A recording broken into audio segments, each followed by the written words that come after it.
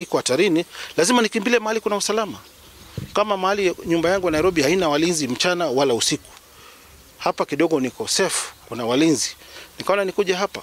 Even the president operates kwa status all the time. He doesn't go to Arambe House oftenly. So let them keep off my private life. I will not sitatoka hapa more. Okay, welcome back to Jeff Koinange Live, brought to you and powered by Telcom. Telcom, moving with you. You heard the soundbite there, gentlemen. Nairobi Governor Mike Mbuvi Sonko, keep off my affairs. What's going on, Senator? I mean, he says, you know, what's happening in Nairobi? Okay, let's go issue by issue, because there's a lot happening. There's a lot happening in Nairobi. Yes. Both bad and good and questionable. Let's start with the bad. The bad is the ejection, the forceful ejection of Biti Salachi from her office, physical. And you must note that I'm not talking about the impeachment. I'm talking about the physical ejection. Yeah. I think there, and I spoke to the leadership of the county assembly. I told them that was going beyond the line. And how my members of county assembly behaved, I think it left a lot to be desired. And you must always remember, you know, this was daytime, it was on TV. There could have been kids watching. Fortunately, it was a school day, but it was replayed, and it's been replayed all over. These are leaders who Tell me, was it choreographed? No, not that I'm aware of. But these are leaders I have a lot of confidence in. Yeah? And I know many of them, brilliant, amazing people, who have been elected by the people. You know, that is the first test. Yes. You must be you're elected, and then some nominated. But the action of impeaching the Speaker of the County Assembly is 100% within their mandate. It is up to them to decide whether they want to have their Speaker or whether they don't want to have their Speaker. It's them who elected the Speaker. However, just a small rider on that is that, you see, the process by which he came in involved discussions at the party leadership level, where we agreed on a candidate and then they went in and voted. I think that's the only part that missed, that we should have discussed. Some of these issues could have been resolved, in my opinion, if we sat down as leaders and said, okay, well, so what is the problem? What is the Lachi not doing? What do we need to change? What are the MCAs going through? And by the time they got there, it seems that there had been a lot of frustration that they had been going through in one respect or another. The threshold of removing a speaker is not high, because the people who remove the speaker are the same ones who elected them. It's different from a governor. Right. Because you remove a governor, you're exercising delegated power. You didn't elect him. You were elected by universal suffrage, by the residents of the county, the voters in the county. And so that's why it's a two-step process from the county assembly. There must be fair administrative action, of course, in all of it, where they come and give, you know, their side of it, etc. It comes to the Senate, there's a hearing. But for a speaker, in fact, according to the law, in terms of the grounds that are required, even if they just really don't like it, it's a political decision. Whether you want the speaker or not. What I'd urge is just space for more dialogue and being able to speak to these issues. We are concerned as leadership.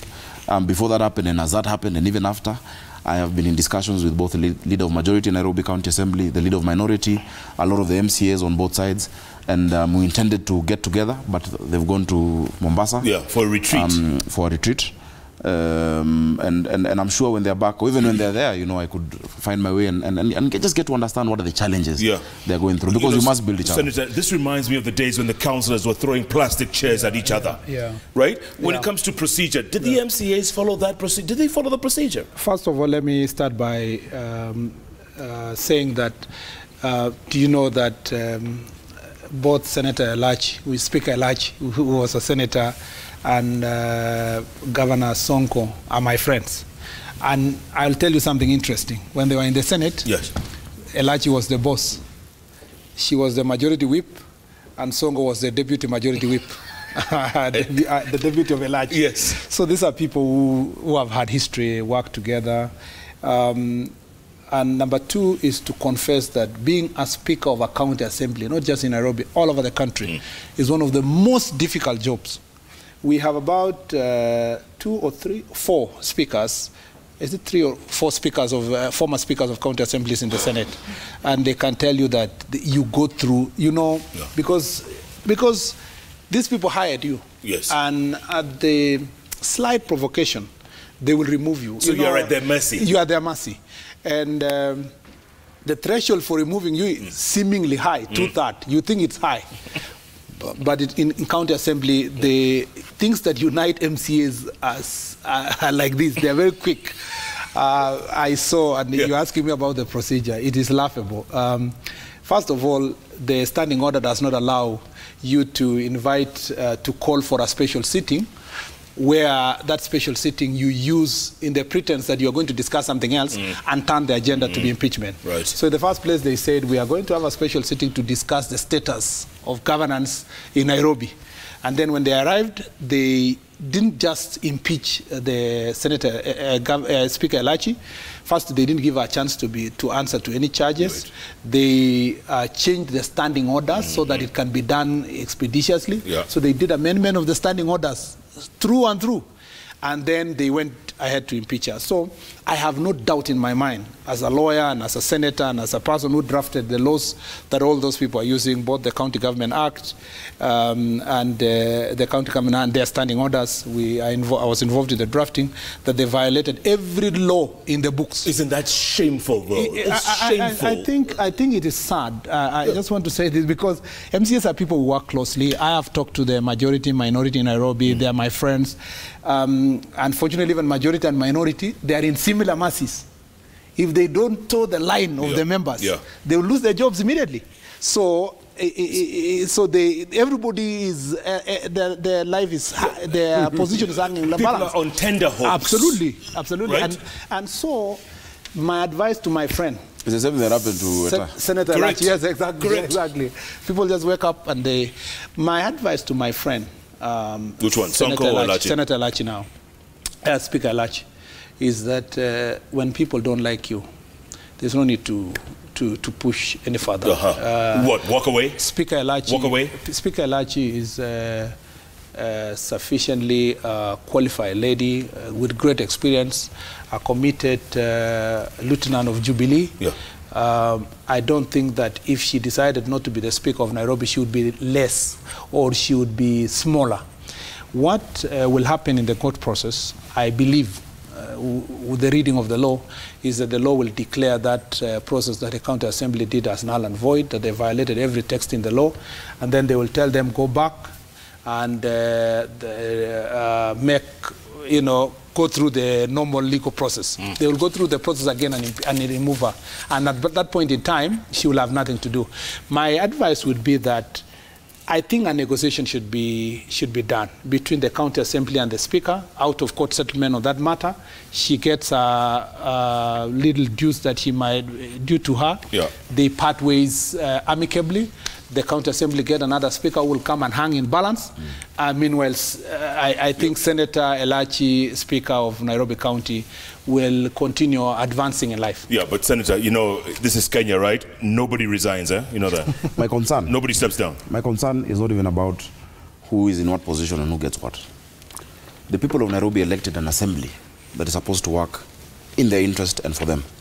And for me, it is how we best harness those issues. Nairobi has a lot of issues that need to be legislated in an assembly. Unfortunately, in the last 1 year, not much legislation has been done.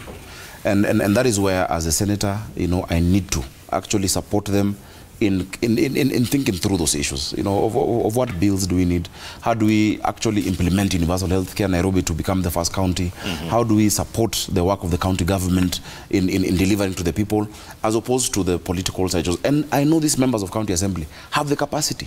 A lot of them are really qualified, you know, I mean, or rather experienced. They've been there for many years and many terms, and they're the new ones. The youngest, I think, 22 years old, Ronaldo of Umoja. Yes. The oldest is much older than you. And with that balance, suggesting that Jeff is so old? Jeff is much older than you. That's how we are sitting, is at the extreme, you know. And for me, and Jeff, just as in the discussion on VAT and on everything we discuss as leaders, let us always remember the person who really matters. It's not our positions or our titles, or who has it, or who has gone to court. Yeah. The Mwananchi down there in Dandora, in Kayole, in Hurlingham, wherever it is, what is their best interest out of that discourse? And that's how we'll know the best way forward for Nairobi. The best way forward for Nairobi then will be an assembly that is sure of itself and that is calm, where there is stability, where there is sobriety, where issues are being processed properly, you know. So it's not about any other, you know, sideshow. I think as a matter of fact, many assemblies will not attain what Senator Sakaja is wishing, because we are shedding off a culture that was there, that was inherited from the councillors. The success of an assembly, by the way, including the Senate and National Assembly, is not so much about only the members who are elected to that house. It's about the staff, the quality of the staff, because the drafting of bills, very few people, even in the Senate, can attempt even to draft a bill. But because you have staff whom, if you tell them, this is what I intend to do, process it into a form of law and a drafted legislation so that we can process Parliament, they can do it. So we have been supporting in the Senate. Last time, I said Senator Mutula Kilonzo and former Senator Mombasa Omar Hassan, we did a lot of work around empowering county assemblies so that they can be able to have enough resources, because the resources they were given were very little, and we were pushing for more resources so that they can have staff and have a working structure. But I have always challenged the MCAs, because, you know, they did the same thing, heckled us in Mombasa over something they could not even appreciate. I've always challenged the MCAs that the image of county assembly is in the manner you conduct yourself, even in the removal of your speaker, even in the removal of a governor. It doesn't matter. You think they care? You think they care? I think they want their trips, slowly, they want their luxuries, they want allowances. That's what they want. I think slowly, and I think and because I know many MCAs might be watching what we are saying here, I want them to listen to me as a brother, not even just as a leader, and to tell them that you slowly build the leadership. You have a responsibility for the future. The future leadership of Nairobi County Assembly will depend on what you are doing now. Attracting the right people to come and serve in those offices will depend on how you conduct yourself now. In fact, the image of Nairobi as a destination for investment, because an investor watching what happened there, will be telling himself, having an investment here, you know, there was a time that leaders were walking around in counties, like even Nairobi and other places, to go and threaten investors, telling them, if you don't give me this, you will not be able to invest here, you will not do this kind of extortion. Extortion and so forth. I want to request the county assemblies across the country, and Nairobi being an example, because it will not end in Nairobi, that the image of devolution and the face of county assemblies is dependent on what you do. But then, I want to say this is not peculiar to County Assembly of Nairobi. You saw the parliament of our parliament last time when Sakaja was serving there. I don't think he boxed anybody, but you know there was a lot of boxing. In Kampala, you saw what happened the other day. Even you saw in Turkey, in South Korea. There seems to be that when people are grouped together, I don't know what happens. You know. Fortunately, as Kipchumba is talking about the standards of staff. Fortunately for us in Nairobi, and I know many other counties, a lot of the staff they are seconded from the National Assembly and the Senate, had been seconded, including the clerk, the outgoing clerk of Nairobi County Assembly, Mr. Ngwele. So the capacity issue is dealt with. The threshold is the same. We've seen fights, as you're saying, in the National Assembly. I think the only place I've seen a speaker attacked is in the National Assembly, not in any county assembly, where our speaker was poured on water. Senator Machakos in the last parliament, his trousers were torn by colleagues. The threshold for leadership is character. And that is a gold standard. Whether you're an MCA, whether you're a chief, whether you're a senator, whether you're a governor, it boils down to the character of leadership. And I think even as we grow as a democracy, even as we move to the next election and move to other elections, I think the bigger yardstick we need to be looking at, because a lot of times what we look at is on paper. Does this person have these papers, did I have these papers, which could he go to, including somebody who clearly looks like he didn't go, but presents one to you. Let us have a higher, let character have a higher bearing on the leaders we have. I have confidence in the capacity of this current assembly. I'm talking about all I know. I'm not generalizing about all counties in the country, but this specific one, I have confidence that with just some extra guidance and shepherding and addressing those issues. Because when you talk about trips, when you talk about allowances, when you talk about all these individual benefits, where have you not had them from?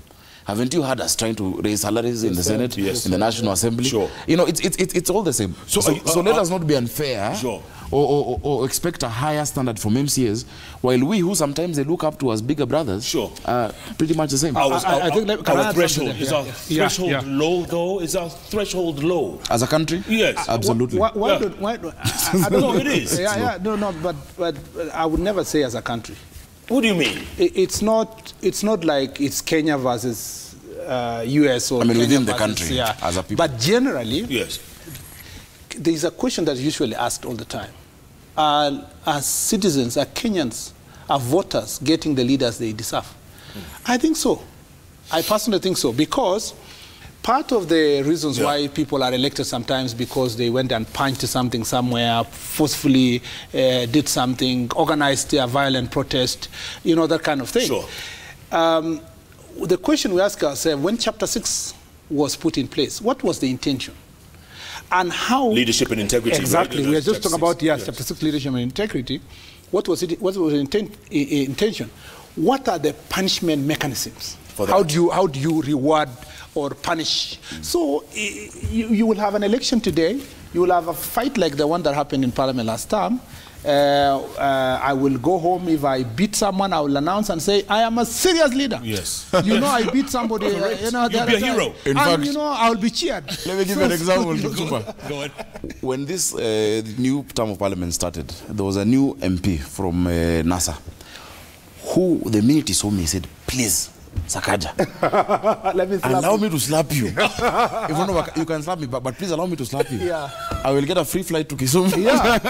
And I will not buy alcohol for myself because they'll be like, I've dealt with Sakaja and Duale. Yeah. And if you deal with those two, I just won't mention who it is. I'm sure he's watching. But that was then. But anyway, now it won't help you. We're living in the day of the handshake. Okay, gentlemen, real quick, Senator Sakaja. Yes. How does a governor run his county from another county? And of course, I'm referring to Senator Mike Mbuvi Sonko. Most of the time, he's in Machakos County. I think, first of all, today he was in Nairobi County. He came visiting. He signed some bills into law, and he did that. I think the problem is not just Nairobi; it's across the country. I know different counties where they are. I mean, a lot of northern counties, the governors operate from Eldoret. Was in Gishu. The governor of Machakos lives in Nairobi, and many other of these neighboring counties to Nairobi. In fact, this is the one governor who's moved from the higher end urban area. He's moved the other way. Right. I think what is important to Nairobians is not where Sonko stays or where he is operating from. Of course, his presence is needed because there's then the seat of a county governor. But what's important is what work he's able to do on the ground. It's not about, you might as well live inside City Hall, but you're not delivering. So it's about whether he is able to deliver to the needs of the people of Nairobi. That for me is what is more important than others. If he sees comfortable having cabinet meetings in Mua or in Mombasa or even in Garissa, wherever, it's okay. That is not the issue. He was not elected to live in Nairobi. He was elected to transform the city. And that is where questions and concerns must be in the right place. Is the normal mwananchi being served? When you go to City Hall, are you looking for the governor himself to serve you, or do you want to have structures, in the institution, proper systems, that if I'm going for an approval, my approvals are done on time. If I'm going for X, it is, it happens. Right. In fact, if anything, we need to decentralize the operations of the city. And I've said this many times. Nairobi County cannot be run centrally. Nairobi is too big for that. In Nairobi, you need to go into 4 boroughs at least. Nairobi North, East, West, and South. And within those boroughs, you must have the same replica of all these services done from there, and somebody responsible. The Urban Areas and Cities Act talks about city managers, Then the only person who's done that is Governor of Kisumu. He's the only one who's beginning to implement the issue of city managers, because you must devolve. And devolution, Kipuchombo, he'll tell you, because he's written on devolution. Incidentally, I've also written on devolution. I did a book called The Operational Framework for Fiscal Decentralization. One of the principles is the principle of subsidiarity, where service is best offered at the lowest level compatible with that service that you're talking about. So let us not talk about governor as if he's the one who comes and picks the garbage himself on his back, or is the one who's giving those services. But let's talk about how Nairobians will get served from wherever he is. And if Nairobians were served properly, no one would care where he's staying. I think, let me first, on a light note, Senator Sakaja is talking about if the governor of Machakos is living here and the governor of Nairobi is living in Machakos, there should be no problem. That's a good exchange program. At least there's always a governor in Nairobi. There's always a governor of Nairobi. I'm sure the governor of Kiambu might be living in Nairobi. The governor of Murang'a, possibly, or Kajiado. It's possible. Sure. That's not an issue. What I think is that Sonko means well for Nairobi. I know Sonko because he's my friend. He's a people-centered person. He cares about the poor, and he believes that he wants to sort the problems that are affecting the people of Nairobi, and that's why he's loved among the people who are living in very poor areas, slums and so forth. And I can see he's trying opening roads here and so forth and so forth. What concerns me most, which my personal advice to him, is that to ensure that he must ensure that services. Let me put it this way. He must ensure that Nairobi is not going to be about him. He must ensure that running the Nairobi is not going to be about Sonko as a person. That everything that will be done in the city, it must come back to him. He must leave, and I think there is a lesson to be learned from former President Kibaki. He must allow his CECs to be adventurous and innovative in delivering services. I don't see there is a reason why my friend Sonko cannot have his deputy. And a deputy was not supposed just to be there as a flower girl or a flower or page boy or whatever it is. I think it is time that he gets his deputy to office, someone he has confidence that they will work together, and allows his staff and CECs and chief officers to decentralize services like Sakaja is saying and take it to the people. And I think if he does so, he will do far much more, so that he himself will just be the coordinator of what Nairobi is trying to do, thinking process, meeting investors, allow opportunities for investors to invest in this city. And I think it's 1 year we should be a little bit fair to him. The challenges of Nairobi are humongous.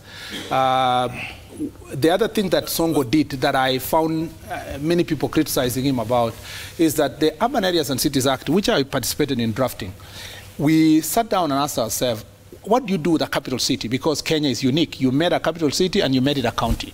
It's not like you go to Washington, D.C. or Perth or whatever, or Canberra, or Abuja, where you allow the national government to have a responsibility in the city. So we made a provision in the Urban Areas and Cities Act that says that the national government, the county government, will have an agreement on provision of services in the capital city that are related to infrastructure, security, among other things. When the president formed a team that works together with Nairobi County, I saw everybody trying to criticize Governor Sonko that, he's being micromanaged by President Uhuru Kenyatta. No, it was in operation of law.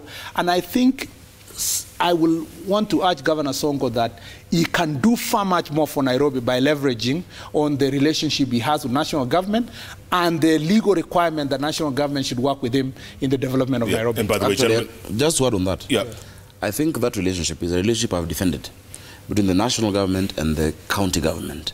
And of course, as we were discussing, I think yesterday when we had the breakfast with senators, is that all of these agreements must be domiciled. Intergovernmental relations is domiciled with the Senate. So we must be able to audit and say, okay, yes, this is what we've agreed to do, the national government and the county government. Go to Eastlands today. Look at the roads being done, courtesy of Kura, partnering with the county government. And out of their, the roads under the purview of Kura, around 5,000 and something kilometers, more than 2,000 are in Nairobi. Yet 60% of them are now being done. Manyanja Road has been recarpeted, a lot of the roads in Eastlands, and I know people in the west of Nairobi, if you talk about Kanjata Road, Rapta Road, if you go up this other side, have issues as well, and they're going to come to deal with them. But in Eastlands, there's been a complete transformation thanks to that partnership. So those who are criticizing the partnership must realize devolution is not a competition about national government versus county government. It's a partnership. And that partnership in Nairobi, the Nairobi Regeneration Project, etc., is something we support. The only thing that I've always spoken against is let it not be a place where if something is hurting the Mwananchi, then the county government hides and says, no, it's the national government. When Vibandas are destroyed, you say, no, it's not me, it's them. When you talk to Sonko, do you tell him, look, guy, you need an assistant at some point, or do you think, deputy, right? Because do you think he's using this as a carrot and stick or trump card sort of thing? First of all, as the law is today, I don't think a deputy governor would add value to Governor Sonko. So necessary, because to date, the effectiveness, efficiency, presence of a deputy governor according to the laws we have, is completely dependent on the goodwill of the governor. It's dependent on the relationship they create. That's why you'll find in this country there's some very active, very present deputy governors, while the others whose work is to read newspapers and drink tea, of which they don't get every day, you know? And that's why we need to ensure, for instance, a deputy governor must have a docket or must have specific responsibilities that he is serving and playing out. Number two, another issue we must deal with. I think the mistake we made was when we created this thing of you run with a running mate and you're both elected, and then if by any chance you are not in office, either by death or by, I don't know, impeachment, then your deputy governor immediately takes over to the end of your term. What it means then is, in the eyes of many governors, their biggest security threat, in fact, after an election, your political opponent will benefit in no way if you die. The person who will benefit the most is your deputy. And so many governors are like, oh, maybe they want me to get a deputy so that I'm impeached, and this one becomes governor. Or maybe this is the person who will try to put something in my tea. So let's address that. I think if we vest the executive responsibility of a county on an individual, let us allow that person to be able to choose a team that they can work with and deliver, because at the ballot, in the next ballot, is that person who will be. But I want to disagree. You disagree. I disagree with Sakaja on that one. Deputy governors are very important people.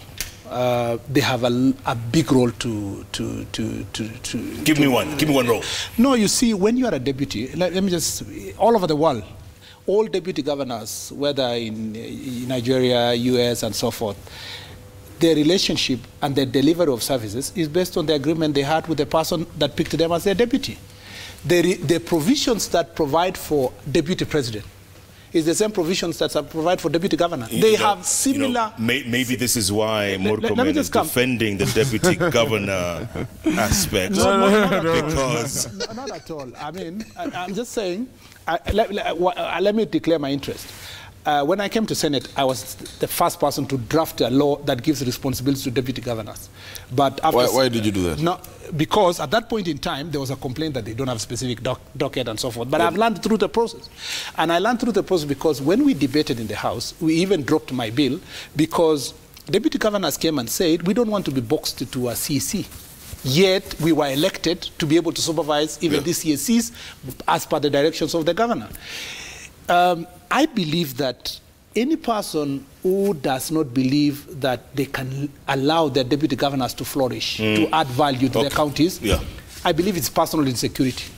I know for sure that the governor of Wasingishu, the governor of Nandi, my friend Sam, the governor of Elgeyo Marakwet, my own governor, the governor of Nyeri, and so forth, I have seen them allow their deputies to carry out certain responsibility on their behalf, and I think you just get better. Okay. But the ones you've seen are not the rule, they're the exception.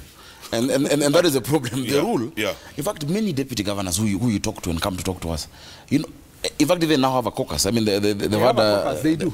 Which also they want it to be, you know, formally recognized. Yeah. They all complain. By the way, name 5 deputy governors. I can name 20. Thank you. You don't know. 20. I can name 20. I can name 20. All right. I asked Senator Sakaja this the last time, and he gave me an answer. I'm asking you. Would you be prepared for a lifestyle audit? Of course. I said, and I said this on Twitter, I'm very ready for lifestyle audit. I have only one fear, that when it's done, it will be so apparent to Kenyans that I'm so insignificant in the eyes of who owns what, to the extent that I hope I will not be embarrassed to appear before them. This Sky Team person is saying this? I can tell you, Jeff, when I was with Hussein here another day for a debate, I asked Hussein, do you know that I pay rent every month? And he could not believe it. Because, you know, there are certain things that people create for us. They create a particular... Jeff, I'm a person, you know, I'm not a Koinange. I went to her... I'm sorry, what does that mean? No, what does that mean? It means something. Let me just tell you what it means. The difference. I went to... do you know that I lived in shanties to go to school? That our houses used to be burned like those people in Mao. Yeah? And you wake up, you come from school and you find your house is not there. You don't have a home.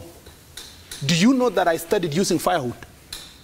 Yeah, so, you know, when people talk about, when people realize, when people see some people reach this stage, they can sit on this table, they have this assumption that because, you know, he's hanging around the president, he's in a big office, he's the majority leader, the people think that everybody has amassed the wealth they think about. Okay, but withdraw the Koinange statement. Okay, I have more comment. All right. We know, it's no secret, you're very close to the deputy president. I do. Very, very close. Yes. Do you think there's still some civil servants out there who are trying to undermine him? Well, I don't think it's the deputy president alone. I think even there are certain civil servants that undermine the president. And it's not me who said it, it's the president who said it himself. When another point in time he announced and said, I know there are some people here. In fact, there was even a meeting where I was just the other day where the president said, I know there are some people here who want to frustrate the handshake. Another day he said, I know there are some people here who want to frustrate our fight against corruption. So there are people. You were present in both meetings? I was present in the one for, handshake because we were in the funeral of the late Matiba. Yes. It was in Muranga, yeah. So it was in Muranga. So usually you will have people, when you are pulling in one direction, you will always have people who want to pull you in the other direction. And it will not just happen now. It didn't start now. It was there before. It will be there in the future. Why do you think they'll be fighting the DP? Why do you think they want to fight him? I mean, I think that the same question you're asking me is the question you would ask, why would they fight the president? Or why would they fight? Everybody, sometimes people put in front of them their personal interest at the expense of the national interest and the long-term interest. There are people who see the deputy president and see only 2022. Yeah? But there are people who see the deputy president and see an agenda that started in 2013, a program of government that is supposed to be implemented up to 2022 or beyond. So that difference in terms of what they see, the one who sees deputy president as an appendage as a necessary appendage to the president, and as a nuisance who just came to be, will tell you kitaeleweka. Yeah, you know, he'll just tell you, oh, kitaeleweka. Yeah. I went to some place and somebody was telling me, you know, we don't have Deni with you for 2022, because the mentality they have is so simplistic that their focus is about this person as an individual. Yeah. And they think that if this person go to that office as an individual, they will not be able to access that office. I see Jubilee differently myself. I see Jubilee differently because I was there when the history. Sakaja was in the TNA, I was in the URP. We were with Sakaja even when signing the agreement. He was the chair, you know, I was the lawyer. And I was there when I don't know if you were there, Sakaja, in a house somewhere in Rafter Road, when the president, the deputy came from a rally in Narok. Yeah. And arrived, we had a draft with Jasper. I was there with Jasper Mbuki, another lawyer, Kindiki, and so forth. And we had a draft that said an agreement for forming government between TNA and URP. And the president deputy said, no, you got it wrong from the title. This is an agreement to unite Kenyans. And I think he has achieved. I hear many people struggling about what would be the legacy of President Uhuru Kenyatta. I think his greatest legacy will be providing a platform for Kenya to work towards a more greater union. And two is to sanitize the politics of this country by believing that you can form one political party as a way of mobilizing ideas for forming government instead of keeping smaller parties within tribal communities. Talking about one political party, Senator Sakaja, why hasn't Jubilee held grassroots elections? Would you be for it? Of course. I mean, every party needs to have its officials. But for us, and Jeff, and I've said this repeatedly, politicians are the ones interested in positions and are obsessed with elections. Preoccupied with elections and interested in positions. But leaders think about the next generation. So it's not about who becomes chairman of Jubilee, who is the vice chair, who is the SG. For me, that does not matter at all. What matters is that you have a political party that actually is expressing a certain ideology. And I think that's a fundamental work that we need to do. And I agree with the Senate leader of Majority, Kipchumba, that indeed the genesis of this party and putting it together was not to straitjacket everybody into one line of political thought, which is why sometimes me and him, we can disagree. Yeah. But still, at the end of the day, we know if we have a position as a party, this is where we're going to. It was really to unite this country. And the legacy, on top of, you know, building bridges, is that we want a country that in the future, Jeff, in the future, one, I will not be able to know your political choice based on your surname. Yeah. Number one. Number two, that a child, my friend Mohammed Kasim's child in Lamu, will know he has the same chance at a quality education, at a future, as my child in Nairobi and as someone's child in Lokwar Nakuse in Turkana. With that, we will bring our country together, not just by uniting leaders at the top, but by creating what we call equality of opportunities. Jeff, if Kenyans have a feeling and the perception, and that is reality, that there's equal opportunities, wherever you are, whatever your surname is, whatever your educational background is, you have the same chance, you have the same a fair shot at life. This country will remain peaceful and will be prosperous. And the only way to create equality of opportunity is by fighting impunity. That is the only way. And fighting corruption. So that's why this twin war, which actually is one war, it's all within building bridges, but it's a fight against corruption, as well as building bridges of peace, building bridges, first of all, reconciling, and then creating structures that give every kid from Habaswein to Lunga Lunga to Kisumu a fair shot at life. That is a Kenyan dream, and that's what we want to achieve. Speaking of inclusivity or building bridges, are you for this talk that there might be a referendum for 2022 which will create inclusivity, if you will, Prime Minister, Deputy Prime Minister, all that? I don't think that would solve the problems of this country. I don't think bringing again a confused system of governance would solve the problem. When are we going to have a nation where we will feel included even when we have one leader? Because if we don't feel included when we have a president, deputy, and all these speakers and governors and whatever, we can feel more included when we have 2 more officers or 4 more officers. You know, we must address the underlying issues. If the underlying issues are inequality, if the underlying issues are marginalization, we must address those issues to the extent that it will never matter if we have more officers or we have less officers. And I think the unfortunate conversation around changing the constitution, we're not changing if we were changing the constitution to save money, save more taxes, to reduce the levels of government, to reduce, I mean, not levels of government, but per se the number of MCAs, for example, or the number of officers that are existing in this country, or the number of constituencies that we have in the country, that would be more attractive. But to sell it as a place for creating offices, and you know, the sad thing about this country is that we are not just saying creating offices. We're saying creating offices, but we have people in mind. Right. So that so and so can occupy and can keep quiet, and then we have an environment to... I understood the handshake this way, that, and I guess a little bit with my interaction with the president, my understanding of the handshake is that it wasn't supposed to create a monolithic nation and one-party country, a straight jacket of thoughts about everybody. I think it was to sanitize the political environment in this country, to remove the volatility that was there about, you know, fights and street fights and so forth, and come back to our senses and say, you will remain in opposition, I will be in government, but the things that will divide us will be the issues that we are selling to the people of Kenya without resorting, because there is something that we have been seeking in this country that we haven't really grasped, that there is a difference between criticizing government and criticizing your country. There is still room for being patriotic even when you don't agree with the government, and that is the direction we need to go. Sure. Senator Sakaja, I'll give you the last word. Jeff, I think that whatever it takes to create that united country where the things are spoken about become a reality, then it becomes a prerogative of all, the fair shot at life.